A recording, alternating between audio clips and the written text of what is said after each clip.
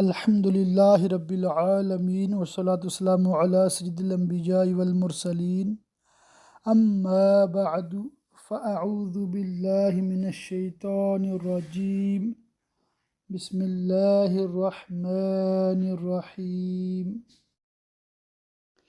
سبق نمبر 35 تصوف احیاء العلوم کی تیسری جلد اس میں پڑھ رہے ہیں۔ پچھلے سبق میں ہم نے غصے کے حوالے سے چند معروضات پیش کیے تھے۔ آج انشاء اللہ تعالی تحمل مزاجی، عفو درگزر اور کینہ سے کس طرح اپنا سینہ پاک رکھا جائے اس کا بیان ہوگا۔ انتہائی توجہ کے ساتھ سماعت کیجیے، سنتے جائیں اور غور بھی کرتے جائیں کہ اچھی عادات ہم نے اپنانی ہیں اور بری عادات سے خود کو بچانا ہے، اور وہ اسباب جن کے ذریعے ہم گناہوں میں مبتلا ہو جاتے ہیں ان کو کیسے ختم کرنا ہے، ان سے کیسے بچنا ہے، یہ ہمارا مین مشن ہونا چاہیے۔ تحمل مزاجی کا بیان، غصہ پینے کی فضیلت۔ اللہ عز و جل ارشاد فرماتا ہے والکاظمین الغیظ، ترجمہ کنز الایمان، اور غصہ پینے والے۔ یہ بات اللہ عز و جل نے تعریف کے مقام پر ارشاد فرمائی، یعنی وہ لوگ اچھے ہیں جو اپنا غصہ کنٹرول کر لیتے ہیں۔ اسی کو کہا جاتا ہے کہ غصہ پی لینا، یعنی غصہ ختم کر دینا۔ غصہ پینے کی فضیلت پر مشتمل 7 فرامین مصطفیٰ، ان میں سے 2 پہلے میں انشاءاللہ تعالیٰ آپ کو پڑھ کے سناتا ہوں۔ جو شخص اپنے غصے کو روکتا ہے اللہ عز و جل اس سے اپنے غضب کو روکتا ہے، اور جو شخص اللہ عز و جل کی بارگاہ میں عذر پیش کرتا ہے اللہ عز و جل اس کے عذر کو قبول فرماتا ہے، اور جو آدمی اپنی زبان کی حفاظت کرتا ہے اللہ عز و جل اس کی پردہ پوشی فرماتا ہے۔ تم میں سب سے زیادہ طاقتور وہ ہے جو غصہ کے وقت خود پر قابو پا لے، اور سب سے زیادہ بردبار وہ ہے جو طاقت کے باوجود معاف کر دے۔ غصہ پینے کی فضیلت پر مشتمل 7 اقوال بزرگان دین، ان میں سے ایک پڑھتے ہیں۔ امیر المومنین حضرت سیدنا عمر فاروق اعظم رضی اللہ تعالیٰ عنہ نے فرمایا، جو شخص اللہ عز و جل سے ڈرتا ہے وہ غصہ نہیں کرتا، اور جو اللہ عز و جل کا خوف رکھتا ہے وہ اپنی من مانی نہیں کرتا، اور اگر قیامت کا دن نہ ہوتا تو تم وہ نہ دیکھتے جو آج تم دیکھ رہے ہو۔ دوسری فصل، تحمل مزاجی کی فضیلت، یعنی غصہ پی لینا، تحمل مزاج ہو جانا، بردبار ہو جانا، اس کی کیا فضیلت ہے؟ اس بات کو جان لو کہ تحمل مزاجی غصہ پینے سے افضل ہے، کیونکہ غصہ پی جانا تحلم سے ماخوذ ہے، جس کا مطلب ہے بتکلف بردبار بننا، اور غصہ پینے کی ضرورت اسے ہوتی ہے جس کا غصہ شدید ہو جاتا ہو۔ اس سلسلے میں اسے شدید مجاہدے و ریاضت کی حاجت ہوتی ہے، لیکن جب ایک مدت تک بتکلف اس کی عادت بنائی جائے تو اس طرح کی عادت پختہ ہو جاتی ہے اور وہ غصے کی حالت میں جوش میں نہیں آتا، اور اگر غصہ آ بھی جائے تو اسے غصہ پینے میں کسی قسم کی پریشانی نہیں ہوتی۔ یہی طبعی بردباری ہے جو عقل کے کمال اور غلبے پر دلالت کرتی ہے۔ بالکل ٹھنڈا ٹھار ہو بندہ، ٹھنڈے مزاج کا ہو، تحمل سے بات سننے والا ہو، تحمل سے بات کرنے والا ہو۔ قوت غضب کا ٹوٹ جانا اور کمزور ہونا عقل کے باعث ہوتا ہے، لیکن اس کی ابتدا بتکلف، تحمل مزاج ہونے اور غصہ پینے سے ہوتی ہے۔ تحمل مزاجی کی فضیلت پر مشتمل 6 فرامین مصطفیٰ۔ علم سیکھنے سے آتا ہے، تحمل مزاجی بتکلف برداشت کرنے سے پیدا ہوتی ہے، اور جو بھلائی حاصل کرنے کی کوشش کرے اسے بھلائی دی جاتی ہے، اور جو شر سے بچنا چاہتا ہے اسے بچایا جاتا ہے۔ اس حدیث پاک میں اس بات کی طرف اشارہ ہے کہ جس طرح علم سیکھنے سے آتا ہے، اسی طرح بردباری کا حصول شروع میں بتکلف حلیم بننے اور بردباری اختیار کرنے سے ہوتا ہے۔ علم حاصل کرو اور علم کے ساتھ سکون اور بردباری بھی سیکھو۔ اپنے اساتذہ اور شاگردوں سے نرمی سے پیش آؤ اور متکبر علماء میں سے نہ بنو، ورنہ تمہاری جہالت تمہاری بردباری پر غالب آ جائے گی۔ اس میں اس بات کی طرف اشارہ فرمایا کہ غرور و تکبر ہی غصے میں شدت پیدا کرتے اور تحمل مزاجی اور نرمی سے روکتے ہیں۔ حضور سید عالم نور مجسم صلی اللہ تعالی علیہ وآلہ وسلم یہ دعا کیا کرتے تھے،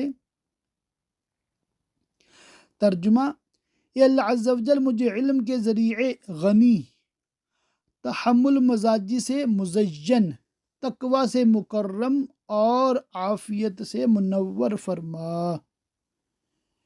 تو اس سے ہمیں تحمل کی فضیلت کا علم ہوا۔ بردباری کا انعام کیا ہے؟ حضرت سیدنا ابو ہریرہ رضی اللہ تعالیٰ عنہ فرماتے ہیں کہ ایک شخص نے بارگاہ رسالت میں عرض کی، یا رسول اللہ صلی اللہ تعالی علیہ وآلہ وسلم، میں اپنے رشتہ داروں سے صلہ رحمی کرتا ہوں، لیکن وہ مجھ سے قطع تعلقی کرتے ہیں۔ میں ان کے ساتھ حسن سلوک سے پیش آتا ہوں، لیکن وہ مجھ سے برا سلوک کرتے ہیں۔ میں ان کے ساتھ بردباری سے پیش آتا ہوں، لیکن وہ مجھ سے جاہلانہ برتاؤ کرتے ہیں۔ آپ صلی اللہ تعالی علیہ وآلہ وسلم نے ارشاد فرمایا، اگر معاملہ اسی طرح ہے جیسے تو کہہ رہا ہے تو ان کے منہ میں بھوبل یعنی گرم راکھ ڈال رہا ہے، اور تیرے ساتھ اللہ عز و جل کی طرف سے ایک مددگار رہے گا جب تک تو اس حال پر رہے گا۔ اس کی شرح میں مفسر شہیر حکیم الامت مفتی احمد یار خان علیہ رحمۃ الحنان مرآت المناجیح، جو کہ شرح ہے مشکات المصابیح کی، جلد نمبر 6 صفحہ نمبر 524 پر حدیث پاک کے جز منہ میں بھوبل ڈال رہا ہے کے تحت فرماتے ہیں، اس جملے کے بہت معنی ہیں۔ ایک یہ کہ اس حالت میں ان لوگوں کو تیرا مال حرام ہے اور پھر وہ کھا رہے ہیں تو گویا اپنے منہ میں بھوبل یعنی گرم راکھ بھر رہے ہیں۔ دوسرے یہ کہ ان کو ان حالات میں ایسی شرمندگی چاہیے کہ ان کے منہ جھلس جائیں، جیسے بھوبل پڑنے سے منہ جھلس جاتا ہے۔ تیسرے یہ کہ ان کی برائیوں کے عوض تیرا ان سے سلوک کرنا گویا ان کے منہ سے بھوبل بھرنا ہے، تو انہیں ذلیل کر رہا ہے، تیری عزت بڑھ رہی ہے۔ ان کی شرمندگی و ذلت، خیرات سے مال بڑھتا ہے، عفو و کرم سے عزت بڑھتی ہے۔ اور حدیث پاک کے جز مددگار، اللہ عز و جل مددگار کے تحت فرماتے ہیں، جب تک تیرا یہ حلم اور برائی کے عوض بھلائی ہے تب تک اللہ تعالیٰ کی طرف سے تجھے مدد پہنچتی رہے گی، یا تجھ پر رب کی طرف سے فرشتہ مقرر رہے گا جو تجھے ان کے شر سے بچائے گا اور تیرے عزت اور مال میں برکت دے گا۔ تو یہ تو گھر گھر کا مسئلہ ہے، یہ حدیث پاک اور اس کی شرح ہم سب کے لیے ایک بہت بڑا سبق ہے کہ ہم سب کو سبھی کے ساتھ اچھا سلوک ہی کرنا چاہیے، وہ چاہے جیسے بھی ہوں۔ اسی کی فضیلت کے حوالے سے انوکھا صدقہ، ابو زمزم کون، بردباری کے متعلق 5 تفسیری اقوال یہ یہاں پر منقول ہیں، آپ ان کو پڑھ لیجیے گا، سن لیجیے گا انشاءاللہ تعالیٰ کسی اور سے، تو فائدے سے خالی نہیں ہیں، اگر نہ بھی پڑھے سنیں تو کوئی مسئلہ نہیں ہے۔ حضور صلی اللہ علیہ وآلہ وسلم کے فرمان عالی شان کو میں بیان کرتا ہوں۔ نبی کریم صلی اللہ تعالی علیہ وآلہ وسلم نے ارشاد فرمایا، تم میں سے میرے قریب وہ لوگ رہیں جو بردبار اور عقل مند ہیں، پھر وہ جو ان کے قریب ہیں، اور پھر وہ جو ان کے قریب ہیں، اور آپس میں اختلاف نہ کرو ورنہ تمہارے دلوں میں اختلاف پیدا ہو جائے گا، اور بازاروں کے شور و غل سے الگ رہو۔ تو یوں بھی بردبار شخص کی بڑی فضیلت ہے۔ بردباری کے متعلق 8 اقوال بزرگان دین، اس میں انشاءاللہ تعالی میں 2 پڑھوں گا۔ امیر المومنین حضرت سیدنا عمر فاروق اعظم رضی اللہ تعالیٰ عنہ فرماتے ہیں، علم سیکھو اور علم کے لیے وقار اور بردباری اختیار کرو۔ امیر المومنین حضرت سیدنا علی المرتضیٰ کرم اللہ تعالی وجہہ الکریم فرماتے ہیں، خیر اس چیز کا نام نہیں کہ تمہارا مال اور اولاد زیادہ ہو، بلکہ خیر و برکت یہ ہے کہ تمہارا علم اور حلم زیادہ ہو، اور اللہ عز و جل کی عبادت کے ساتھ لوگوں کے سامنے فخر نہ کرو۔ جب نیکی کرو تو اللہ عز و جل کا شکر ادا کرو، اور جب گناہ سرزد ہو جائے تو اللہ عز و جل سے مغفرت طلب کرو۔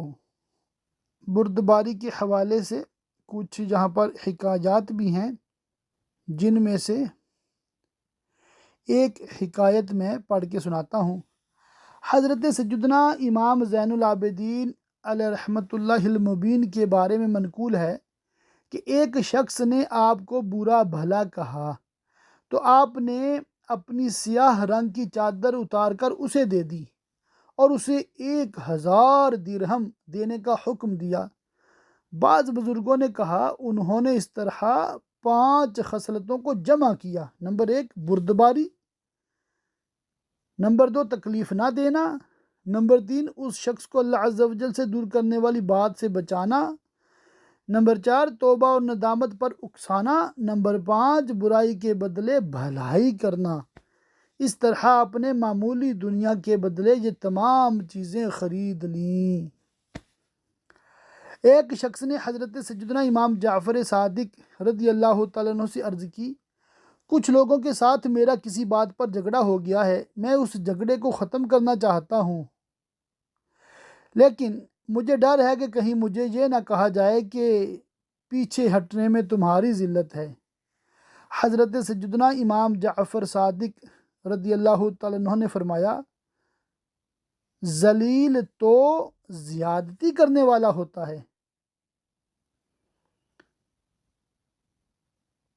تو یہ ہمارے بزرگوں کا انداز تھا کہ وہ معاف کرنے کو اختیار کرتے تھے۔ اللہ تعالی ہمیں بھی معاف کرنے والا بنائے۔ اس کے حوالے سے مزید مطلب یہاں پر باتیں لکھی ہوئی ہیں۔ انتقام اور تشفی کے لیے جائز کلام کی مقدار۔ جان لیجئے کوئی شخص اگر ظلم کرے تو اسی کی مثل ظلم کر کے بدلہ لینا جائز نہیں۔ جیسے غیبت کے مقابلہ غیبت، جاسوسی کے مقابلے میں جاسوسی، گالی کے مقابلے میں گالی جائز نہیں۔ اور اسی طرح دیگر گناہوں کا معاملہ ہے کہ ان کے مقابل گناہ کے ذریعے بدلہ لینا جائز نہیں۔ قصاص یا تاوان اسی طریقے پر جائز ہے جس کی شریعت میں اجازت ہے، اور ہم نے فقہ کے بیان میں اس کا ذکر کیا ہے۔ برائی کا بدلہ برائی سے دینا اس لیے جائز نہیں ہے کہ حضور نبی پاک صاحب الاولاق صلی اللہ تعالی علیہ وآلہ وسلم نے ارشاد فرمایا، اگر کوئی شخص تیرے کسی عیب کے سبب تجھے عار دلائے تو اس میں پائے جانے والے عیب پر تو اسے عار مت دلا۔